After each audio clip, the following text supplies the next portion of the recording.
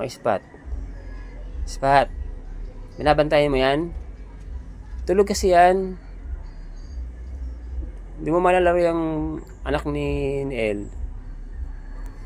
Oh. Yan yung binabantayan ni Spot. Hinihintay niyang umiyak. Yan. Anak ni El. Sige mo. Yan. So yun, nakita niya gumalaw, titig na titig siya. Oh. Kaya na pa niya nakaupo. Inuna pa niya yung pagmamahid sa 23 kuting kaysa gumalagala. So yun na mayapa akong aso na si Sean. Parang ganyan din siya. Napaka-protective din sa mga kuting kahit di naman nila kakalahi. Diba? Spot, hindi ka pa gagala. Spot. Spot. Hoy. Titig ka dyan.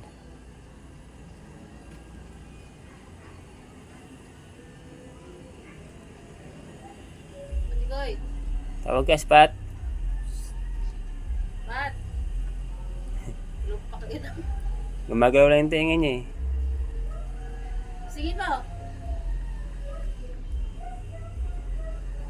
Laruin mo yan. Tulog na uli. Ayan, gumalaw siya. Humingi, wala namang boses.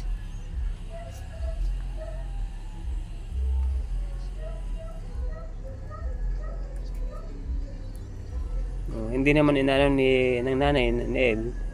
Kasi yung mga hayop kasi malakas ang instinct nila. Kung yung isang hayop ay mayroong banta ng panganib sa mga anak nila, away nila yan. Kaso sa Spot hindi eh. Hindi naman pinapansin ni El kasi lagi sila magkasama. Ayan. Ngayon, natuwa si Spot kasi may kuting dyan. Dagdag kapamilya na naman niya. So sa 7 kuting ko, nadagdag lang 3, 10 na sila. Panglabing na si Spot. Diba? Ang dami na pakakainin. Buntis pa si Yui.